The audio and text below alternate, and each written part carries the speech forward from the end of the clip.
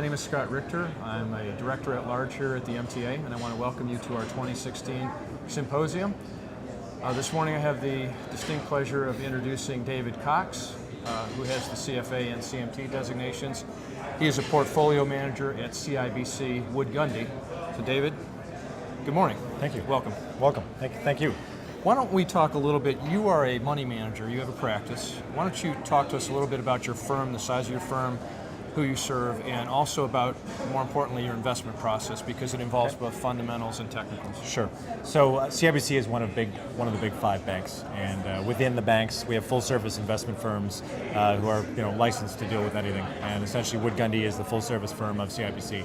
Okay. So a little different in terms of the fragmentation of the industry versus the U.S., where there are many banks. So again, five banks. I'm a portfolio manager. We all essentially run our own practice. So I have my own retail client base, and everyone does their own thing. So how big is your firm, or how big is your practice from an assets perspective, let's say?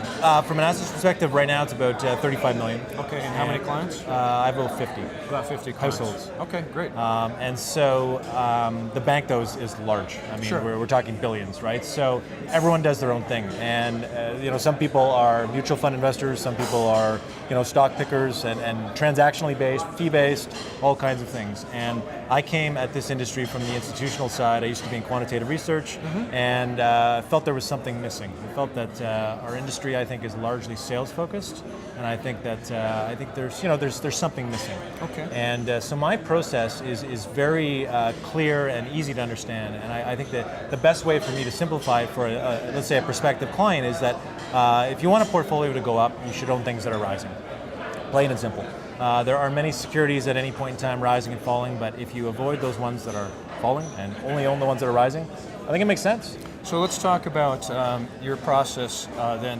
What type of technical tools are you using in helping manage client money? Yes, so I used Metastock for about 10 years. And again, so I came into the business as a fundamental analyst and spent a little bit of time, let's say 15 years ago dealing with that, and then realizing that there was something missing, because fundamentals don't change, stock prices go up and down, and I needed something more dynamic, and technicals is where it came in. And so I started using technical analysis in my business. And I used a platform called Metastock for about 10 years, and in the last 12 months, since I was last at the MTA Symposium, I have changed my entire decision-making platform over to Market Analyst, which has just been, I love life-changing applications, and the speed and ease with which I can visualize what I need to visualize and build what I need to build in terms of making those decisions and making those model changes and really managing the portfolio side of it, it's been incredible. So I have a process that every day I wake up at 4 o'clock in the morning, and it takes me about 45 minutes to feel super comfortable with what's ahead. So let's talk about what you're doing exactly to facilitate a transaction in a portfolio. So what tools might you use? Are they trend following tools? Are they momentum tools? So I run a couple of different approaches, but I would describe my two approaches largely as trend following and swing trading, if you will. Trend following being the core of what I do. So again, the belief that own things going up, own them while they're going up, and sell them as they stop going up, and plain and simple. So every day I need to know what's going up stronger than the market. I need to know whether any of those things have stopped going up, whether my stop has essentially been triggered. I use things like volatility stops to make those determinations, and it's just a matter of then, so updating my stops after a rally, so I'm continuing to raise stops, I would never drop them, and just pulling the trigger when it's time. And it's really that simple. Let me ask you, since you're working with high net worth clients, retail clients, talk just a little bit about the nature of the turnover and, for example, taxes, and how you explain that and yes. how you communicate that to clients, because that's probably something that's pretty important to them. So our taxes in Canada are a little different than the US. We don't have a short-term and a long-term tax, we just have capital gains. Okay. So I'm of the belief that if you're paying capital gains tax, you are making money in a portfolio. Right. And under no circumstances will you find me, unless we're talking a new client who's got large unrealized gains over decades, obviously a different scenario, but if someone's has an investment portfolio managed under my care and we're selling something because it stopped going up and we're going to have to pay taxes on it, that's an outcome that I'm okay with. I think paying taxes when money is about to start disappearing on paper, it makes sense. Pay taxes. So last year, for example, my clients definitely find themselves in a taxable circumstance, even though the Toronto stock market had a very poor year because I sell things. And as a result, yeah, there's consequences. And I think that taxes, like all things, can't be the only decision-making tool.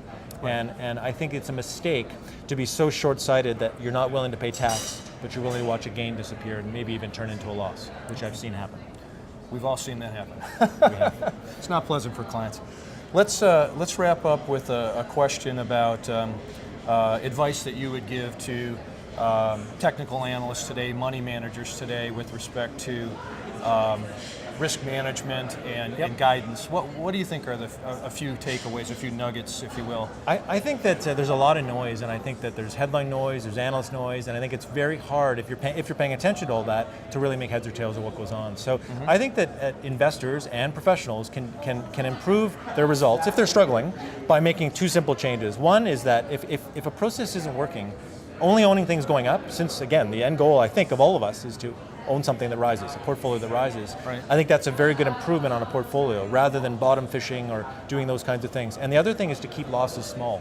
I can't say that enough. I mean, you can't have a negative 90% if you only allow yourself to lose 5, 8, 10%. And I think small losses and owning things going up, I think is a pretty good improvement. So one of the ways that I ascertain or gauge trend is to look at moving average slopes. And I think, again, very simple. Is the slope rising or is the slope falling? It takes out the noise. And you can use different time frames, whatever you're comfortable with. And again, if the slope is down, start acting differently, adapt. You can't keep pushing a market that is rolled over. And I think that's another danger we find ourselves in, applying the same process in changing conditions. Thank you. Well, David, thanks so much again for your insights and for this interview, and we'll hope to see you next year at the Symposium as well. You're most welcome. Thank you very much.